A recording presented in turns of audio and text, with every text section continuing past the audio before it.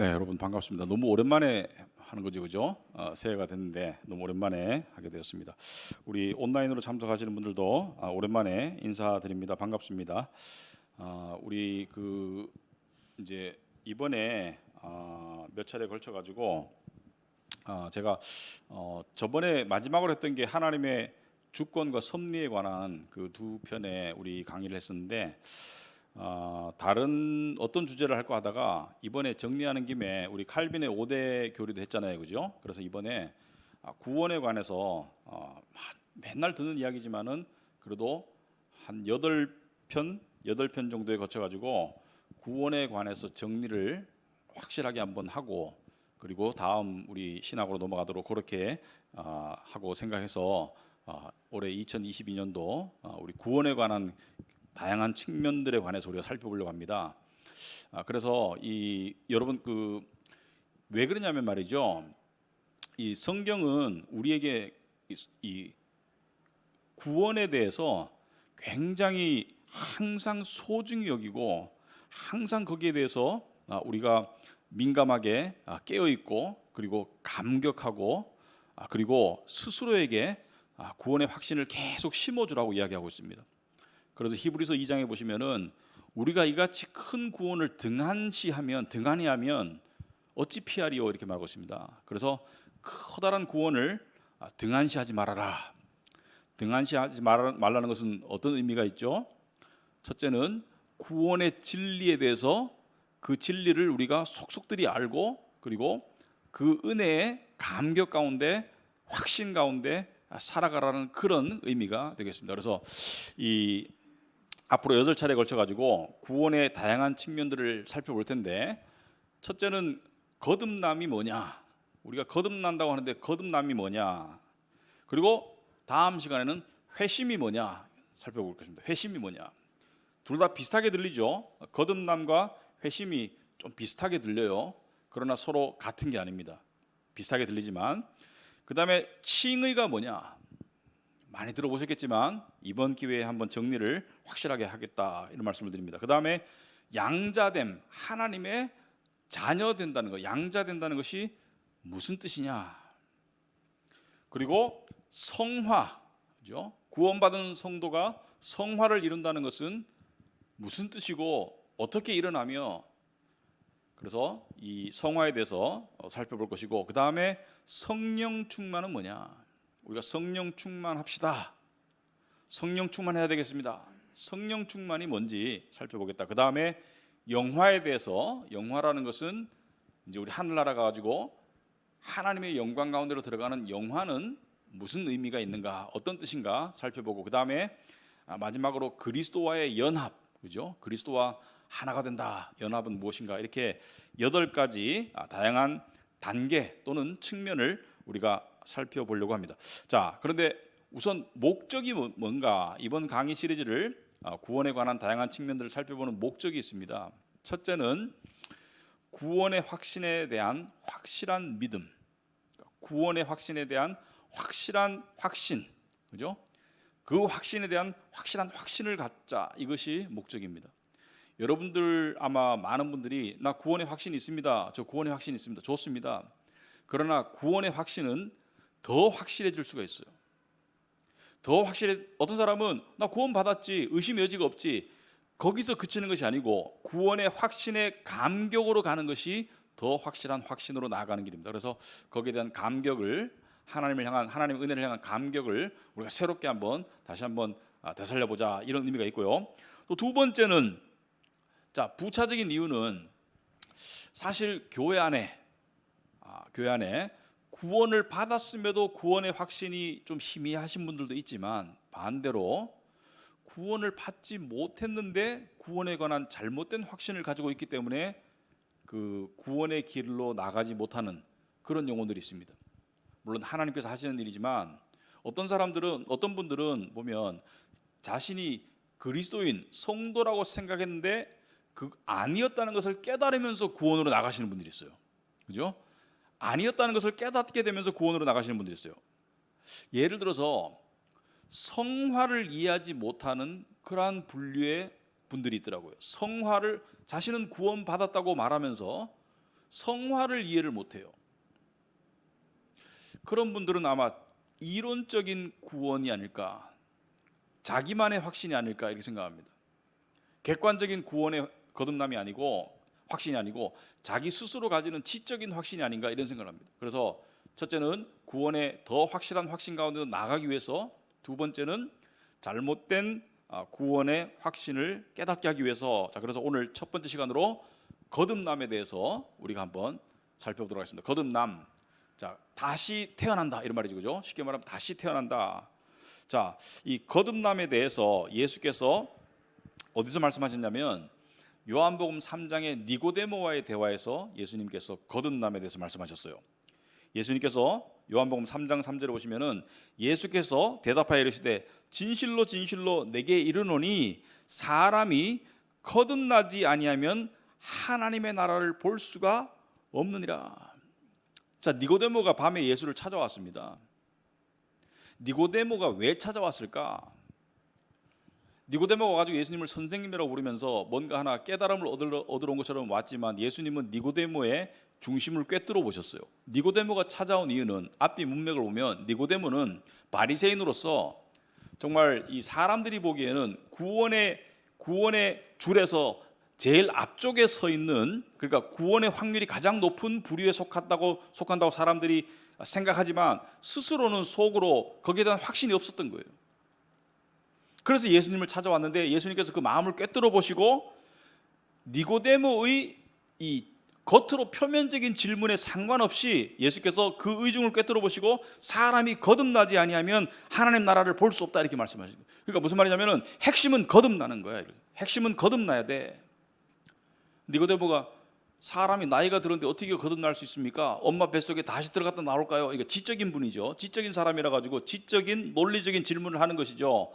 그런데 이 거듭남이라는 것을 우리가 정의를 내리자면 이것은 하나님의 비밀스러운 역사입니다. 왜 비밀스러운지는 이따가 이야기하겠습니다. 성령께서 하시는 것이기 때문에 비밀스러운 역사로서 하나님께서 우리에게 새 생명을 주시는 일이다. 태어난다는 것은 생명체가 된다는 것인데 거듭남이라는 것은 하나님의 비밀스러운 역사로서 하나님께서 우리에게 새 생명을 주시는 일이다. 자, 여기서 누구의 역사입니까? 하나님의 비밀스러운 역사이고, 누가 우리에게 생명을 줘요? 하나님께서 주시는 거예요, 그죠? 그러니까 거듭남이라는 것은 전적으로 하나님이 하시는 역사이다. 이게 회심과 좀 달라요. 회심은 다음 시간에 하겠지만 회심은 거듭남과는 좀 다른 개념이에요. 자, 그래서 구원의 측면에서 볼 때 구원의 다양한 측면, 제가 아까 8가지를 말씀드렸는데 거기에 보면은 이 기준으로 두 부류로 나눌 수가 있습니다. 전적으로 하나님이 하시는 것이냐, 아니면은 하나님과 인간이 쌍방간에 하는 것이냐. 물론 주도권은 하나님이 가지고 계시지만 전적으로 하나님이 하시는 것이 있고 하나님이 주도권을 가지고 하시지만 인간의 순종이 따르는 쌍방간의 역할이 있어요. 쌍방간의 역사가 있어요. 예를 들어서 거듭남은 하나님의 전적인 역사입니다. 아까 8가지 중에 칭의는 하나님의 전적인 역사예요. 인간의 어떤 그 개입이나 노력에 들어갈 수 없습니다. 영화, 하나님의 전적인 역사예요. 그리스도와의 연합, 하나님의 전적인 역사고, 양자됨, 하나님의 전적인 역사예요. 그 반면에 회심은 쌍방간의 역사입니다. 다음 시간에 우리가 회심을 다룰 때 자세히 설명을 드리겠습니다. 성화는 당연히 쌍방간의 역사입니다. 두렵고 떨림으로 너의 구원을 이루어라 라고 말할 때 그때의 구원은 성화의 측면을 이야기하는 거예요. 우리가 어떻게 거듭나려고 노력할 수가 있어요? 하지만 두렵고 떨림으로 너의 구원을 이루어라는 것은 성화의 측면을 이야기하는 것이죠. 그 다음에 성령 충만, 이것도 쌍방간의 역사입니다. 성령 충만을 받도록 우리가 노력해야 되겠습니다. 자, 그래서 이 8가지 중에서 거듭남이란 너무나도 분명한 하나님의 전적인 역사다. 너무나도 분명한 하나님의 전적인 역사이다. 왜?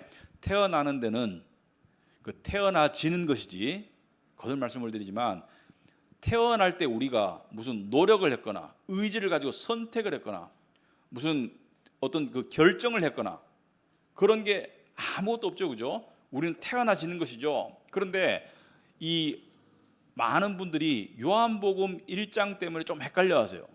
특히 알미니안주의자들이 요한복음 1장을 가지고 거듭나는 것도 인간의 노력과 인간의 선택이 들어간다 이렇게 얘기하고 있습니다. 자, 왜 그러냐? 요한복음 1장 12절에 우리가 잘 아는 말씀이죠. 이런 말씀이 있습니다. 영접하는 자, 곧 그 이름을 믿는 자들에게는 하나님의 자녀가 되는 권세를 주셨다. 그러니까 이 말을 들으니까 영접은 누가 하는 거예요? 영접은 내가 하는 거다. 영접을 내가 하고 그 이름을 믿는 자들에게는, 예수의 이름을 믿는 자들에게는 하나님의 자녀가 되는 권세를 주셨다. 그러니까 여기 보니까 어떻게 보면 이 말씀만, 이 구절만 딱 떼놓고 보면 내가 예수를 믿음으로 받아들이면 하나님께서 그 대가로 나를 자녀 삼아 주시는구나. 그러니까 내가 예수를 영접하고 하나님께서 그에 상응해서 나에게 자녀됨, 거듭남을 주시는구나, 이렇게 오해할 수가 있어요. 그래서 성경은 앞뒤 구절을 같이 읽어봐야 된다고 그랬죠. 문맥 속에서. 영접은 어떻게 하는 거예요? 영접은 어떻게 할 수가 있는 거예요?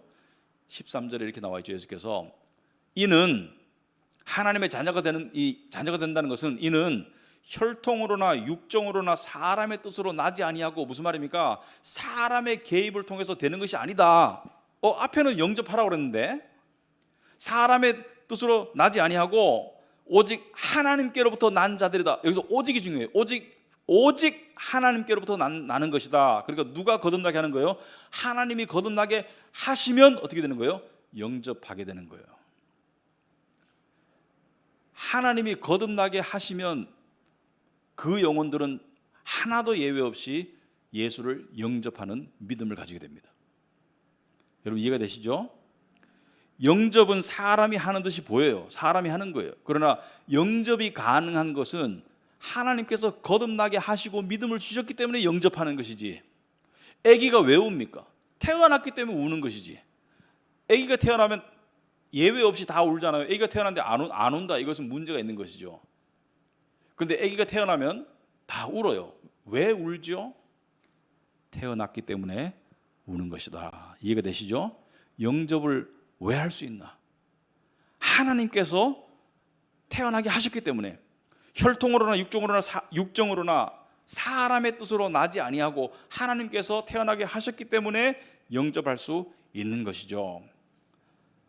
자, 그렇다면 거듭남은 좀 더 구체적으로 삼위의 하나님, 성부, 성자, 성령 중에 어느 분의 역사인가? 물론 다 거듭남에 관여하세요. 그런데 특히 거듭남에 관해서는 어느 분의 역사이신가? 예수께서 니고데모에게 요한복음 3장 8절에서 이렇게 말씀하셨습니다. 바람이 임의로 불매 네가 그 소리는 들어도 어디서 와서 어디로 가는지 알지 못하나니 성령으로 난 사람도 다 그러하니라. 어느 분의 역사예요? 성령님의 역사다. 성령님의 역사다. 물론 성부 하나님께서 계획하셨어요. 성부 하나님께서 택하셨어요. 성부 하나님께서 모든 것을 주관하셔요. 그리고 성자 예수님께서 거듭날 수 있는 구원의 통로를 십자가를 통해서 만드셨어요. 그죠? 그렇지만 그 은혜를 적용시키는, 거듭남으로 적용시켜서 거듭나도록 만드는 것은 성령님의 역사이다. 자, 그래서 제가 질문 하나 해보겠습니다. 거듭남과 믿음, 하나님을 믿는 믿음, 물론 이게 꼭 시간적인 순서를 말하는 것이 아니고 논리적으로 봤을 때 믿고 거듭나는 거예요? 거듭나서 믿게 되는 거예요? 우리 옛날에 대부분 사람들은 내가 믿고 거듭났다 이렇게 말하죠. 내가 믿고 거듭났다. 물론 동시다발적인 것 같아요. 그러나 논리적인 순서를 따지자면, 성경적으로 진리적으로 논리적인 순서를 따지자면 거듭나고 믿음을 가지는 거예요? 아니면 믿고 거듭나는 거예요? 거듭남이 먼저죠. 안 태어난 사람이 어떻게 믿음을 가질 수 있나? 그러면 믿음은 누가 만든 거예요? 구원의 믿음은 내가 만드는 게 아니에요. 하나님이 주시는 거예요. 믿음이 선물이에요. 하나님이 주신 믿음이기 때문에 이게 구원의 믿음인 거예요. 아, 저 사람 예수 잘 믿다가 이제 안 믿어. 그 믿음은 자기가 만든 믿음이었어요. 여러분들 중에서 그런 분들 있죠. 옛날에 같이 신앙생활 하시다가 지금은 이제 교회도 안 나가시고 이런 분들 있죠. 옛날에 예수 잘 믿었는데 이제 안 믿으셔. 옛날에 교회를 잘 다니셨죠. 교회를 잘 다니셨지. 옛날에 이 기독교인의 종교 생활을 열심히 잘 하셨죠. 그렇지만 예수 잘 믿다가 안 믿을 수 없습니다. 안 믿을 수가 없어요. 그래서 거듭남이 먼저고 논리적으로 봤을 때 믿음이 그 다음입니다. 저한테 종종 지방이나 외국에서 이제 우리 강의를 듣고 이메일 같은 게 와가지고 물어보는 질문이 여러 가지가 있는데 그 중에 가장 많은 질문은 아마 구원에 관한 질문인 것 같아요. 구원에 관한 헷갈려서. 근데 질문하시는 분들은 거의 대부분 제가 봐서는 거듭나신 분들인 것 같아요. 이 말을 들어보면. 그런데 잘못 배워가지고 굉장히 헷갈려하시는 것 같아요. 자, 그러니까 거듭남이 먼저고 믿음이 그 다음에요. 그러면 진정한 믿음은 어떤 특징을 가지고 있을까? 진정한 믿음은 어떤 특징을 가지고 있을까? 진정한 믿음에는 두 가지 특징이 있습니다. 이거 없으면 진정한 믿음이 안 돼요. 진정한 믿음에는 첫째는 회개가 있습니다. 죄를 향한 회개. 그러니까 죄를 깨닫고 회개하는 회개가 있어요. 그러니까 믿음이 있다고 죄 안 짓는 건 아니에요. 그렇지만 죄를 향한 회개가 있어요. 그 다음에 하나님을 향한 순종의 열매가 있습니다. 물론 우리가 100% 순종하지도 않고 하루아침에 갑자기 이 순종이 충만하지도 않고 그렇지만 그것이 점진적이든 그것이 어떻든 간에 순종의 열매가 있어요. 그래서 진정한 구원의 믿음에는 두 가지 열매가 있어야 돼요. 첫째는 회개가 있어야 되고 둘째는 순종이 있어야 돼요. 첫째는 회개가 있어야 되고 둘째는 순종이 있어야 돼요. 그래서 나중에 이 진정한 거듭남의 증거들을 우리가 살펴보겠지만 거듭난 사람은 죄를 회개하는 그런 삶이 됩니다. 거듭난 사람은 하나님을 순종하는 쪽으로 나아가게 되겠습니다. 그런데 이 둘 다가 없다, 두드러지게 없다, 회개와 순종이 없다, 그건 자기 착각일 가망이 많아요. 진정한 거듭남이 아닐 가망이 많아요. 이론적으로 복음 깨달을 수 있습니다. 예수께서 십자가에서 내 죄를 위해 죽으셨다, 이론적으로 깨달을 수 있어요. 그러나 진정한 믿음은 죄에 대한 자각이 있어요. 그리고 좀 더 순종의 길로 나아가려고 하는 그러한 마음 자세가 있다. 자, 그런데 거듭나는 것은 하나님께서 부르시고 정하시는 역사인데 성령께서 구체적으로 그것을 이루시는데, 유효하게 이루시는데, 성령께서 무엇을 통해서 거듭나게 하시나? 무엇을 통해서? 성령께서 사용하시는 통로가 있습니다. 거듭남의 통로가. 예를 들어서 성령이 우리를 낫게 한다면 그 낫는 것을 도와주는 산파 역할을 하는 통로가 있습니다. 그게 뭐냐? 그것이 바로 하나님의 살아있는 말씀을 통해서 거듭나는 거예요. 말씀을 통해서. 그래서 거듭난 사람에게는 이러한 특징이 있습니다. 말씀이 깨달아지면 거듭난 증거가 되는 거예요. 말씀이 깨달아지면. 말씀이 머리로 깨달아지고 마음으로 믿어지면 그게 거듭난 증거예요. 거듭나지 않은 사람은 이론적으로는 그럴 수 있어도 마음으로 그것이 깨달아지고 믿어지지 않습니다. 그래서 베드로전서 1장에 보시면은 베드로전서 1장 23절에 너희가 거듭난 것은 썩어질 씨로 된 것이 아니요 썩지 아니할 씨로 된 것이니 살아있고 항상 있는 하나님의 말씀으로 되었느니라.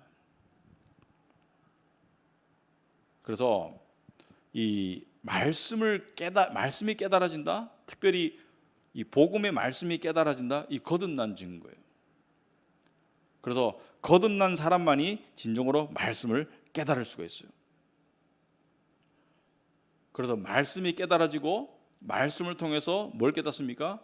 죄를 깨닫고 하나님의 은혜를 깨닫고 말씀을 통해서 여러 가지를 깨닫는 거예요.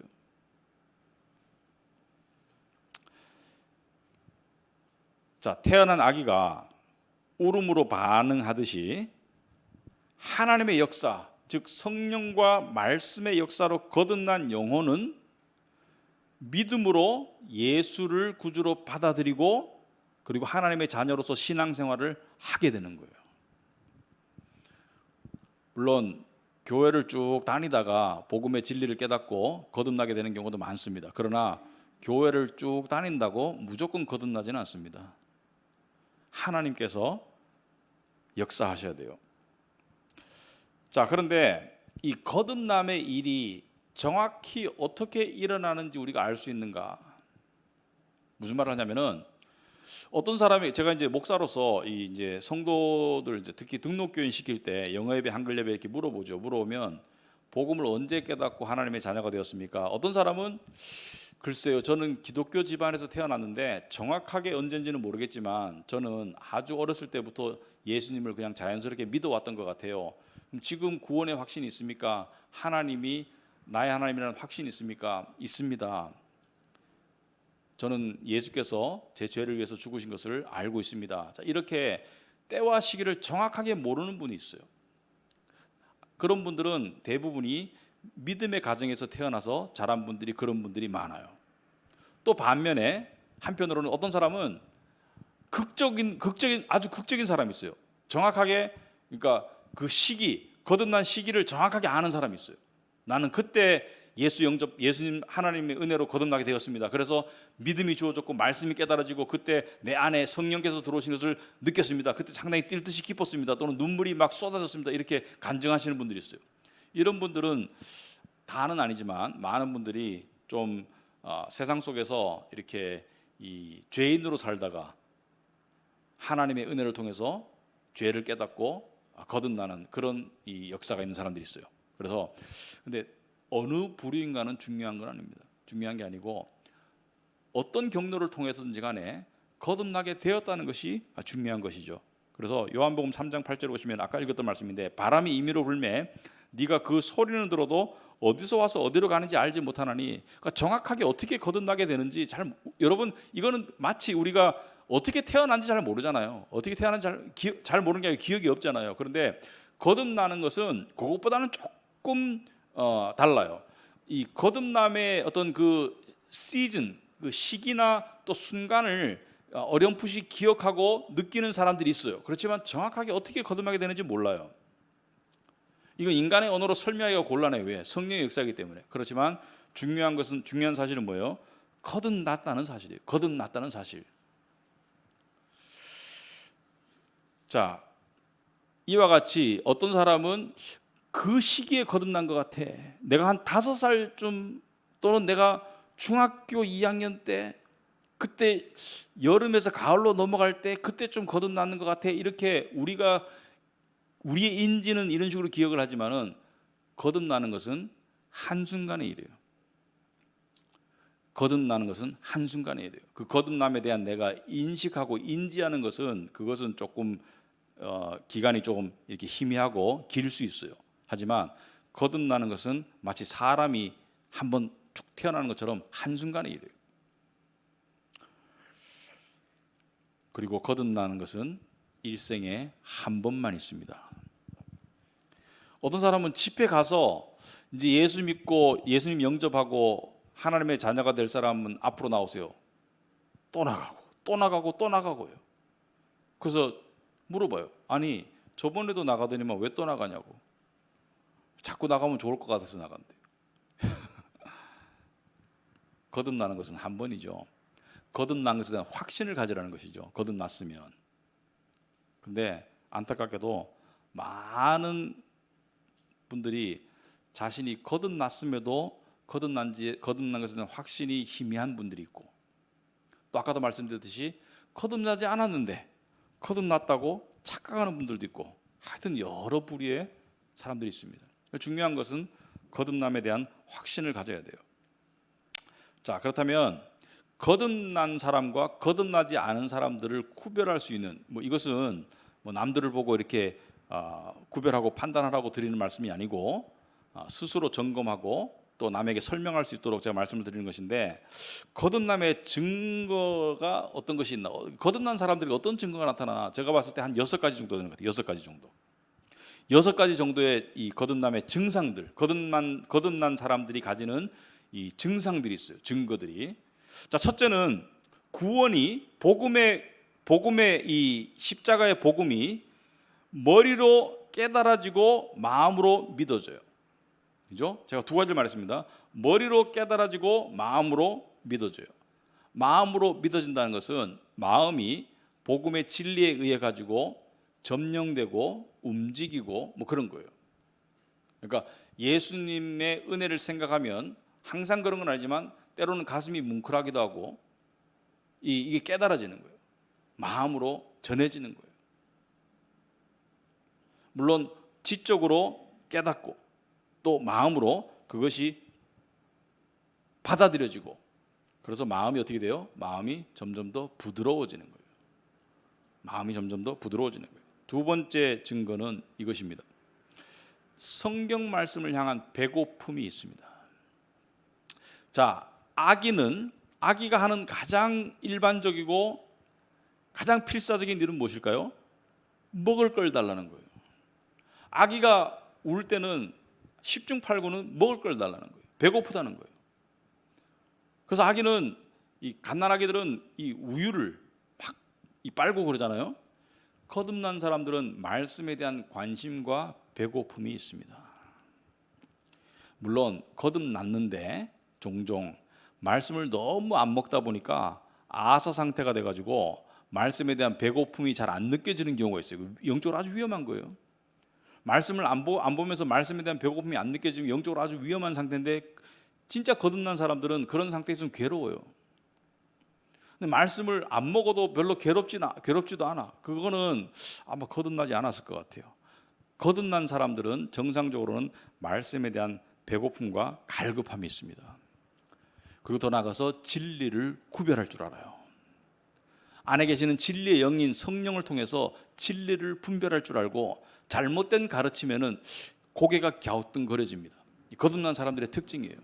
그래서 거듭난 사람은 거듭난 사람을 알아보게 되어 있습니다. 서로 대화를 해보면. 왜냐하면 동일한 깨달음을 얻기 때문에.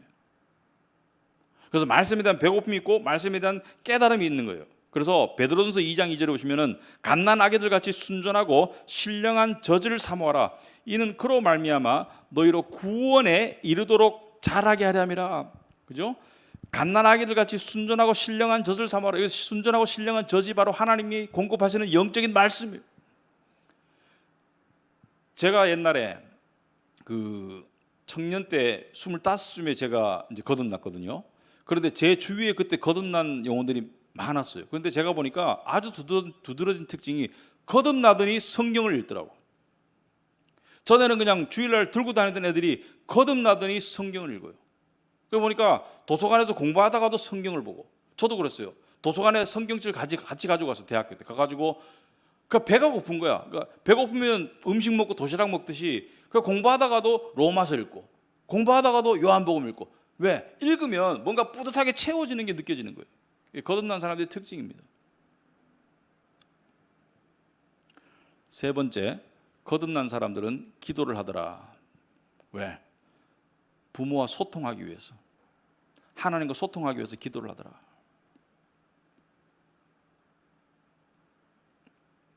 그래서 물론 종교인들도 기도합니다. 그러나 여기서 말하는 기도는 뭐예요? 기도 안 하면 답답해. 아버지 하나님과 성령님과 교제하지 않으면 답답해. 그러니까 말씀 먹고 기도하고 이게 되더라는 거예요. 물론 열심히 하는 사람과 덜 열심히 하는 사람이 있겠죠. 그런데 말씀 먹고 기도하는 것의 중요성을 알더라.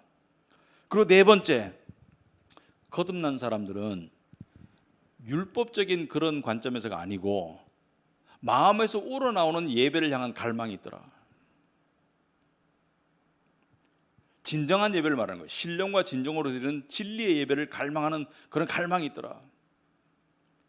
그래서 거듭난 사람들은 공예배를 통해서 하나님께서 은혜를 베풀어 주시는 것의 맛을 알아요. 복음의 진리를 들으면서 마음의 위안과 마음의 어떤 그 힘이 생겨요. 그리고 함께 하나님을 찬양하면서 그 속에서 감사와 감격이 있어요. 나는 교회 맨날 끌려다니듯이 다니고 그냥 습관적으로 다니는데 아마도 거듭 안 났을 거예요. 물론 거듭났다 해가지고 맨날 주일날 막 교회가 막 맨날 가고 싶고 이러진 않아요. 우리가 육신을 가지고 있기 때문에 우리도 게을러지고 싶고 그럴 때가 있어요. 그렇지만 예배의 의미를 알더라. 진정한 예배의 의미를 알더라. 제가 네 가지를 말씀드렸죠. 거듭남의 증거. 첫째는 구원의 복음의 진리가 머리로 깨달아지고 마음으로 믿어진다. 두 번째는 말씀을 향한 배고픔이 있다. 세 번째는 기도를 통해서 하나님과 소통한다. 네 번째는 예배를 향한 갈망이 있다. 다섯 번째는 거듭난 사람들은 성도 간의 교제를 원합니다. 왜? 끼리끼리 모일 때 사람은 힘을 얻는 거예요. 물론 우리가 성도 간에 모여가지고 뭐 밥도 먹고, 그죠? 뭐 대화도 나누고 하지만 우리가 만나가지고 믿음의 이야기를 하면서 우리 안에 갈급함이 채워지는 거예요. 그래서 성도 간의 교제의 중요성을 인식하더라, 거듭난 사람들. 그래서 거듭난 사람들이 함께 모여서 진리를 이야기할 때가 그때가 굉장히 기쁘고 뿌듯한 거예요. 그리고 여섯 번째로 성화를 이루고자 하는 소망을 가지게 됩니다. 물론 성화가 막 맨날 이루고 싶고 이렇다고 말씀드리는 게 아니에요. 아, 성화를 이뤄야 되겠구나. 내가 이 부분에서 성화를 해야 되겠구나. 그래서 성화라는 건 뭐예요? 성화라는 두 가지 측면입니다. 죄를 멀리하고 하나님의 거룩을 닮아가는 게 성화예요. 죄를 멀리하고 하나님의 거룩을 닮아가는 게 성화예요. 거듭난 사람도 죄를 짓습니다. 그죠? 죄 안 짓는 성도는 없어요. 로마서 7장에 보시면 사도 바울도 육신의 죄 때문에 너무 괴로워하잖아요. 그런데 뭐예요?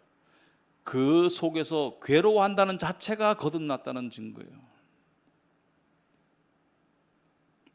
거듭난 사람은 죄를 지을 수 있지만 죄에 계속 거할 수는 없어요.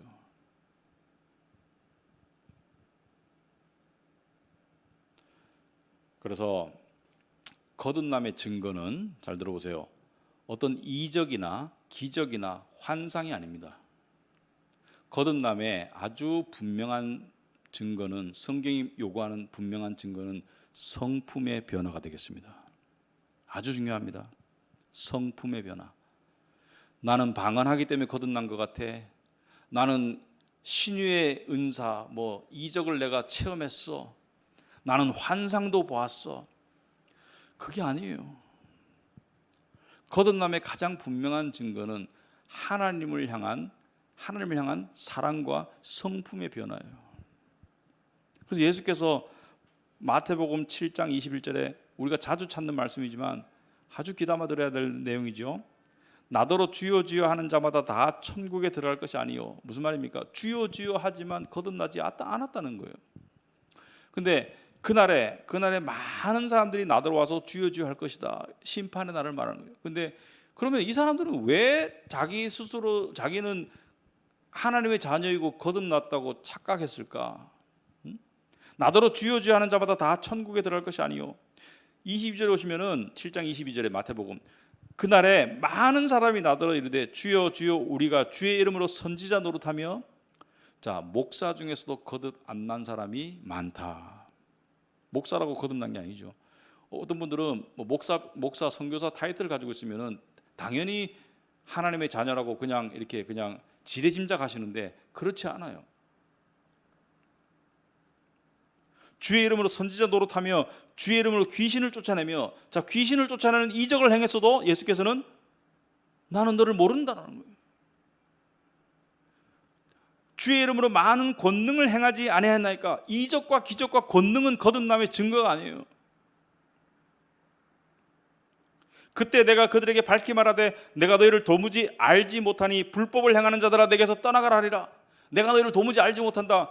이들은 자기들이 예수님을 믿는다고 착각했었어요. 왜? 이적과 기적과 어떤 그 자기들의 사역 때문에 나는 목사니까 당연히 하나님이 나를 알아보시겠지, 이런 착각을 했다는 거예요. 내가 방언을 하니까 나는 거듭났을 거야. 방언하다가 교회 안 다니는 사람도 많이 봤어요. 저는 방언은 하나님만 주시는 게 아니라고 생각합니다.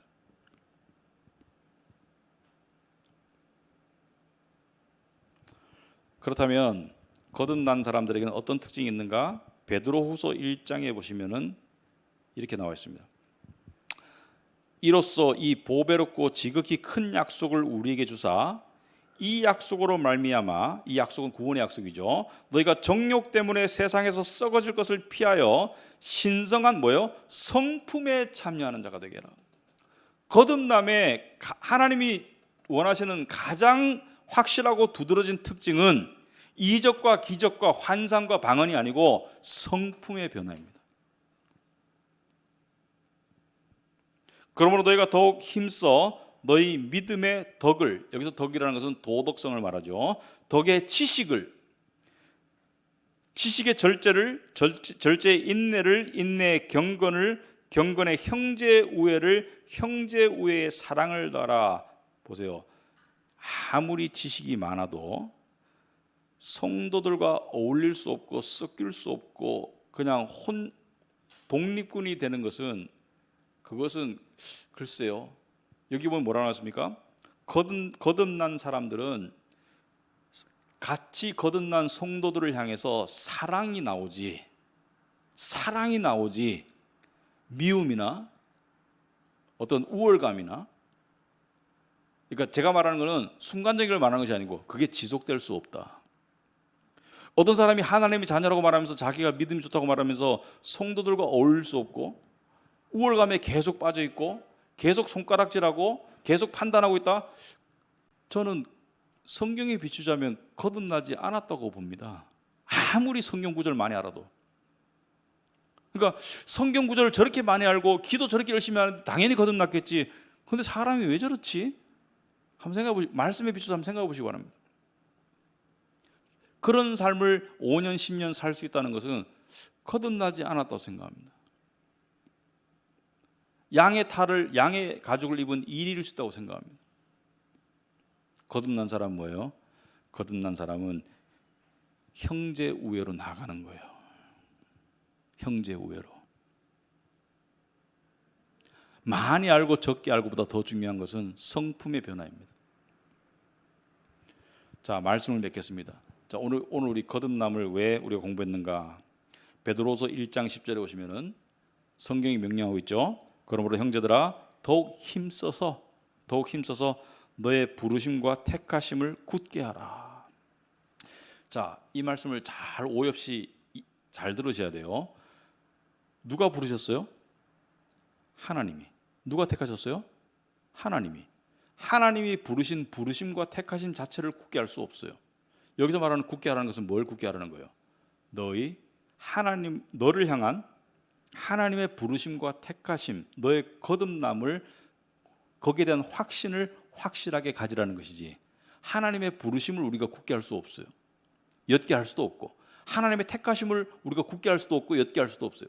여기서 말하는 굳게 하라는 것은 하나님의 부르심과 택하심과 너의 거듭남에 대한 확신을 굳게 하라는 거예요. 너희가 이것을 행한즉 언제든지 실족하지 아니하리라. 그래서 성경의 명령입니다. 너의 부르심과 택하심을 굳게 하라. 그 출발이 거듭남에 대한 구원의 확신이 되겠습니다. 그래서 오늘 우리 구원의 다양한 측면들, 처음 시간으로 거듭남에 대해서 우리가 정의를 해봤고, 다음 시간에는 회심에 대해서 살펴보도록 하겠습니다. 네. 혹시 질문 있습니까?